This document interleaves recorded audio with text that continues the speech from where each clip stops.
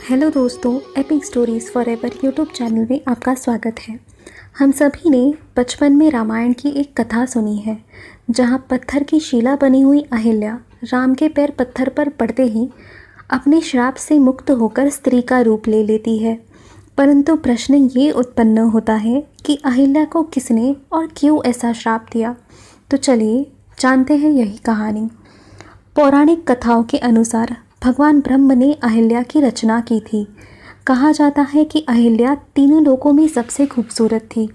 खूबसूरत होने के साथ साथ अहिल्या गुणों में भी संपन्न थी। भगवान ब्रह्म ने अहिल्या को गौतम ऋषि के पास सुरक्षित रखने के लिए दिया।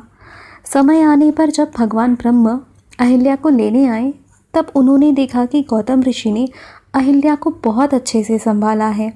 तो प्रसन्न होकर उन्होंने अहिल्या का विवाह गौतम ऋषि से करवा दिया।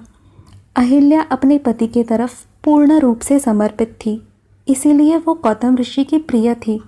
परंतु देवराज इंद्र अहिल्या की खूबसूरती पर आसक्त हो चुके थे। उन्हें गौतम ऋषि की शक्तियों का पूरा ज्ञान था, इसीलिए वो सही अवसर की प्रतीक्षा कर रहे थे।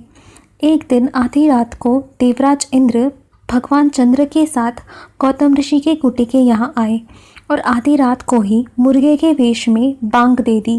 मुर्गे की बांग सुनकर गौतम ऋषि को लगा कि प्रातःकाल हो गई है, तो वो गंगा नदी की तरफ स्नान करने के लिए निकले। जैसे ही गौतम ऋषि स्नान करने के लिए गए, देवराज इंद्र गौतम ऋषि का वेश धारण करके अहिल्या के पास पहुँच गए। बाहर भगवान चंद्र मुर्गी का रूप धारण करके कुटी की पहरेदारी कर रहे थे। जैसे ही गौतम ऋषि ने स्नान करने के लिए कुमंडल पानी में डाला, वैसे ही माता गंगा ने कहा कि अभी तो मध्य रात्रि का समय है। तब गौतम ऋषि को उनके साथ हो रहे छल का अंदाज़ा लगा। जब वो अपने कुटी के पास पहुँचे तो उन्होंने देखा कि चंद्रमा पहरेदारी कर रहा है। गौतम ऋषि को देखते ही चंद्र भागने लगा। तभी गौतम ऋषि ने उस पर अपने गीले वस्त्र फेंककर वार किया। इसीलिए कहा जाता है कि तब से चांद पर दाग है। जब वो कुटी के अंदर पहुँचे तो देवराज इंद्र को अहिल्या के साथ देखकर उन्होंने इंद्र को नपुंसक हो जाने का और संपूर्ण शरीर पर सहस्त्र भागों का श्राप दे दिया। जब देवराज इंद्र स्वर्ग में वापस आए तो अप्सराएं उनसे डरने लगी।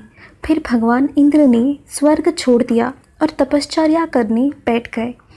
हजारों साल बाद क्रोध शांत हो जाने के बाद गौतम ऋषि ने सहस्त्र भागों को सहस्त्र आँखों में बदला। अहिल्या को भी गौतम ऋषि ने क्रोध में आकर पत्थर की शिला हो जाने का श्राप दे दिया।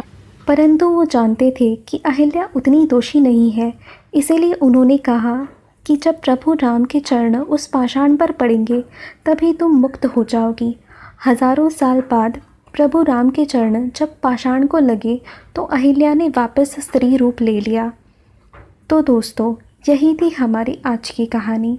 उम्मीद है आपको पसंद आई होगी। अगर आई हो तो लाइक, शेयर और सब्सक्राइब ज़रूर कीजिए और सुनते रहिए epic stories forever. Thank you और धन्यवाद। जल्दी ही फिर मिलेंगे।